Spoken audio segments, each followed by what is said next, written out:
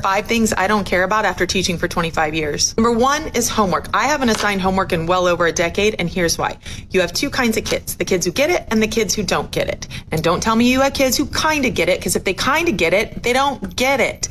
They aren't going to miraculously get it when they get home. And the kids who do get it don't need that reinforcement. Stop assigning homework. You're driving the parents and the kids and yourself crazy because you know you're not grading that shit. Number 2 is dress code. As long as you don't look like you belong on a pole, I don't care what you're wearing. I'm just glad you're here. I'm here to teach you. You're here to learn. Let's freaking go. Number 3 is attendance. I'm not going to worry or care about something that I have no control over. Parents get an email, a phone call, and a text message when their kid is absent. If they don't know where their kid is during the school day, that's a parenting issue. And I got to stop here. I like this lady. I like her. Someone sent me this video, and I thought that as a parent who has an 11-year-old child in the school district, my child is doing exceptionally well, but I recognize that the school districts across the country are struggling. I've seen too many videos online of teachers that have just given up. They've thrown the towel. They say, it's too hard. There's no one on my side. The parents aren't doing their part. These kids don't want to be here. They don't care. They're barely attending school. And, over and over again, that's not what they signed up for. That's what I keep seeing that over and again. That's not what they signed up for. So to listen to that woman, clearly she's passionate about teaching. She wants to be there. She's not collecting a check, for starters. She's not getting rich off of teaching. But I'm looking at her list so far. She said 5 things. We got the first 3. Homework, busy work, essentially. I mean, the kids really, if they didn't get it at school, they're not going to get it at home. The dress code, why? Like she said, unless the kid is dressed inappropriately, in some way that's over-sexualized. She used a stripper pole, but I get it. What's wrong with how they dress? What's wrong with how they dress? Why create that level of friction? Attendance. I'm questionable about that. I think kids, in order, they got to show up. I think they got to show up. So that's the one I kind of disagree with, but I get where she's going. She's not going to give the kids stress when they're there. If they're going to be there, if they do show up, she's going to make it so they get a chance to learn. She's not going to reprimand them for not showing up. Disagree, but I get the spirit of what she's saying. Let's keep going. And I am not equipped, nor am I responsible for resolving that issue. That's the bigger issue. I'm assuming she's dealing with younger kids, but at the end of the day, the attendance lies on the parents, right? And that's an issue I want to touch on a bit later. What are the parents doing? Why do these teachers feeling like they're in the battle by themselves most of the time? Teachers tell us, me and my wife, whenever I go to talk to a teacher about my daughter, first thing they say is they know my daughter's going to do well because her parents are engaged. Engaged parents usually means engaged kids, and engaged kids usually succeed. Facts. It is what it is. Parents who participate and show an interest in what their kids are learning, even if they don't get everything themselves, even if they're not as interested, they're interested in what their kids are learning. And me specifically, I'm more interested in how she's learning. Parents who participate have kids to participate, straight up. And that's the easiest way to say it. So if the parents can't take the time to get their kids to school, the teacher can't hold that L. The teacher can't hold that L. It's on the kid. And really, that's a reflection of the parent.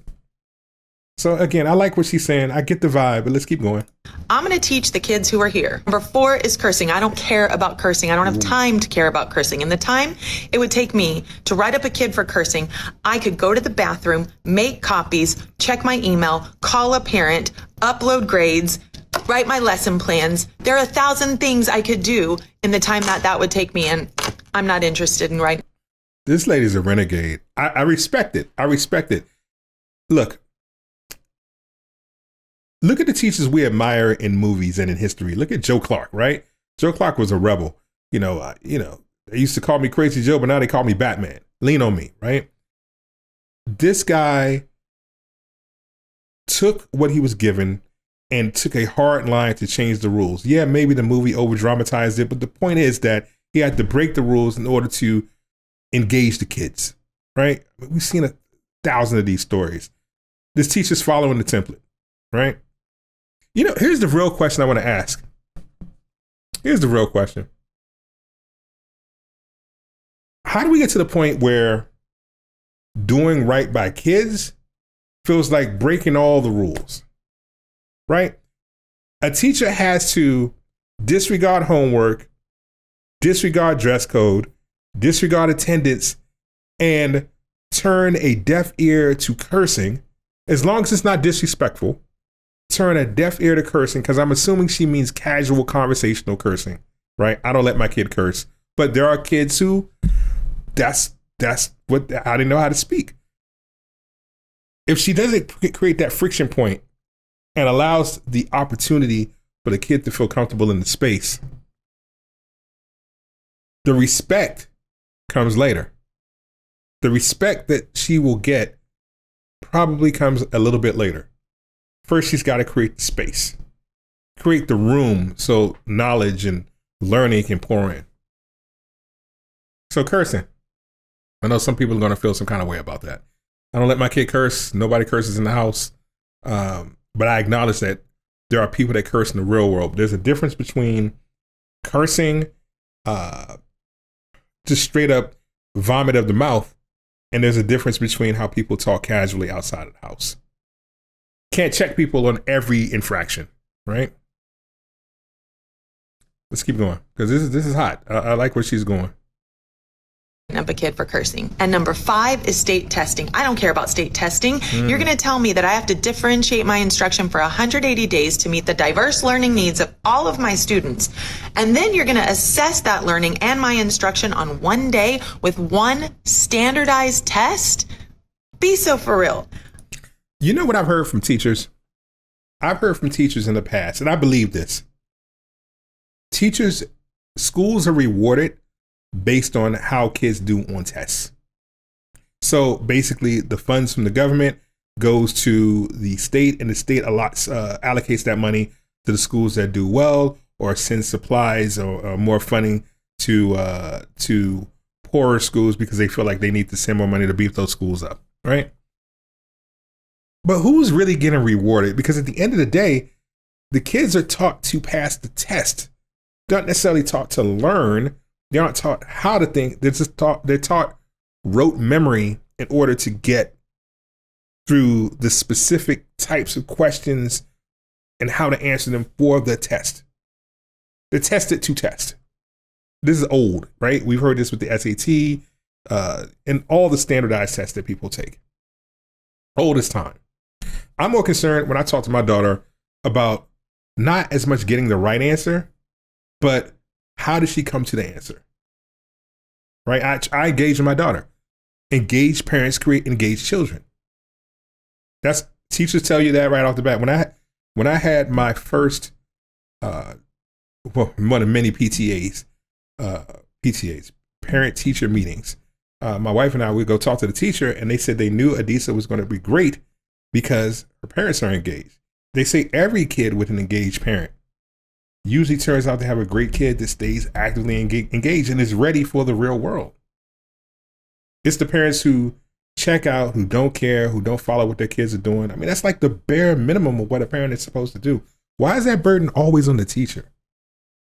Like, why is that always on the teacher to be mom, dad, teacher, comfort giver? Why is that always on the teacher?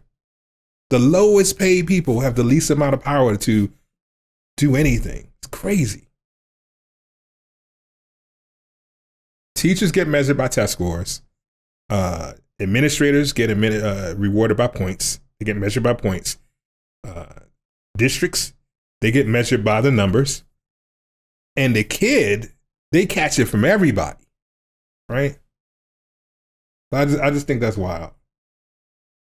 Anyway, let's let her finish up, because I think this is interesting. I don't define my kids' learning by one day and one test, and the state shouldn't either. The state can take that standardized test and shove it straight up its ass. She's got a sense of humor, but real talk, at the end of the day, this isn't just about schools. This isn't just about kids. This woman's a renegade. She's breaking the rules. And every company has people like this. Every hospital has people like this. Every business, church, every government has people like this. There's a place for rules, but there's a place to when you have to really take a step back and look at What are the rules for? Who is it helping and who is it hurting? Passion plays a role, right? Intent plays a role, I think. Maybe the real heroes in these stories, like this teacher, because I don't want to, you know, she's a passionate teacher, and I wish to God there were more people like her. And there may be. We don't hear those stories. We hear the bad stories. We hear about the teachers that are swinging on kids, or the kids acting up, fighting teachers, getting crazy disrespectful in school. We hear all that all day long, but we don't hear enough of these great stories about the people who we really do who spend more time with our kids than often we do, right?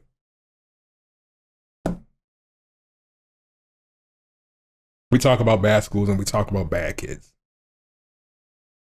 But maybe we should ask ourselves, what are we doing? How are we actively, as a community, as a parent, as a mentor, as a pillar, as a regular worker, as a person that does the minimum of going to work every day, staying out of trouble, doing what they got to do, come home, pay their bills, wake up, repeat process? Are we doing our best? Are we active participants in some way, big or small, in helping to ensure that the next generation of kids is positioned to succeed in life? Because it takes a village. Y'all have heard it before. It takes a village. Not just the teacher, not just the parents, not just the principal, not just the pastor, not just the babysitter. Everybody. It takes a village to raise these kids. And,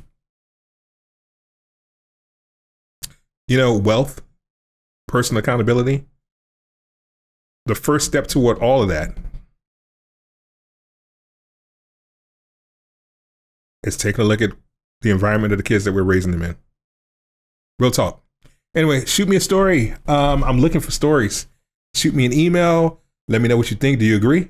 Do we need more renegade teachers like this, or do we need more people following these very strict rules and pushing the bad kids out, pushing the bad teachers out?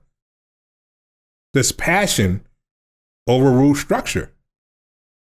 Let me know what you think in the comments. Shoot me a story, and I will see y'all next time. Peace.